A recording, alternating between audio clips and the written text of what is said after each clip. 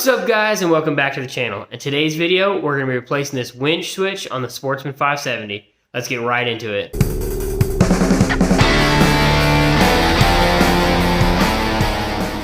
So here is the switch I bought. I got this piece on Amazon. It's the stock switch for this Sportsman. It's pretty simple. I mean, it's just a plug and play switch. The one that's on there looks like it was aftermarket.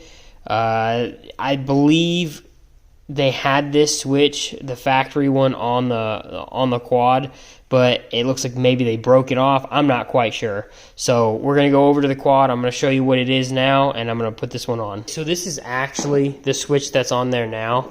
It's just super long. It looks kind of janky. It looks like a cheap switch. I'll post down below in the description where I actually got this on Amazon. I'll have a direct link for it. But this, I don't know, I just don't like it. And you can see it's the same exact connector here as the factory winch switch that comes, you know, if you buy the Polaris winch that comes on these things. So to get this winch on, all you have to do is take a T30 torque bit and loosen these two here if you don't already have a switch. So like if you're just replacing it, it's going to be the same process.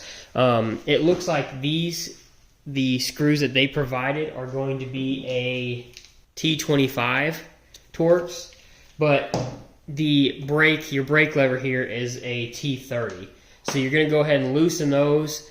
If you already have this switch on your four-wheeler, you don't have to do this because you don't need to make room. But as you can see on here, there is no room between the assembly here and this brake lever. So I've already loosened this, so all I'm going to have to do is scoot this over some, and this switch over here, the one that came on this, I'm just going to press that in and it pulls right out. And then I'm going to take this because I took it out originally, and I'm going to try to get it up underneath here. It's probably going to be easier to take this off, but I'm not going to do that right now, mainly because I don't want to, and I can feel it already. So it's in a position where I should be able to just reach in here and grab it. Just kind of have to kind of finagle it in here, and you might be able to slip it through. So there it came out. And then what I'm going to do now, here is the factory switch. Now, because I didn't have this originally, I'm not sure which way it's supposed to go. I mean, I imagine you don't want it this way where the in is facing down. I kind of want it like this so it reads right. So I'm going to set it right up here. The switch here, I'm going to position it like this, scoot this brake lever out, and kind of just slip this thing in between here.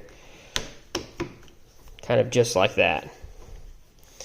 Now, I'm not sure where this should be up or down wise. If it should be up more, down more. I don't think I like it down this far. It seems too like it fits this crack right there pretty well.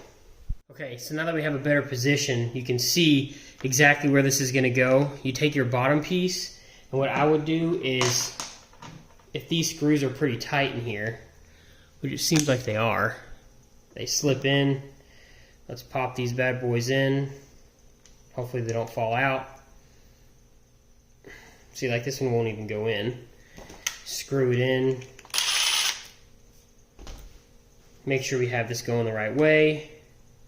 It's not that way, it's this way. This goes this way. We're going to pop this in. Make sure this is far enough out where we can actually slip this on. Put this on. And then maybe pop this on. And maybe try to get these screws started in here. Okay, that one started.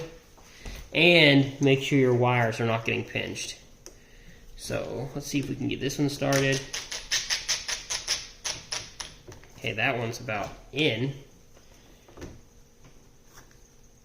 Twist this to where you want it. I think I kind of want it right there. Like that, maybe a little lower right here. Yeah, right there. And now I'm going to go ahead and cinch these up. If I can access them. Maybe tilt that down a little. Might have to tilt it up even.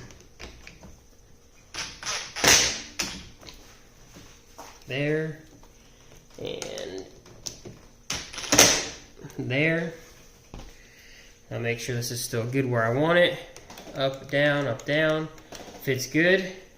Now, just gotta take this piece and connect it to this piece that's coming out. So hopefully you guys can see that. This is the original switch. And does it go this way? Looks like it goes this way. And it pops in. And if it was up to me and I had some more zip ties, I would zip tie it to this right here, or maybe even like try to run it through there and then connect it down here. That way it's not loose and flapping.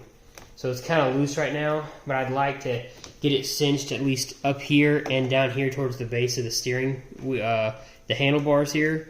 But now that this is in position, we can make sure that our brake system is back connected tight. And like I said, those are T30s. Tighten those up. Should be good to go. Now you just test the winch out, make sure it works. So I'm gonna go ahead and turn the key and make sure I hear click. Perfect. So that's that. Alright guys, that's the end of the video.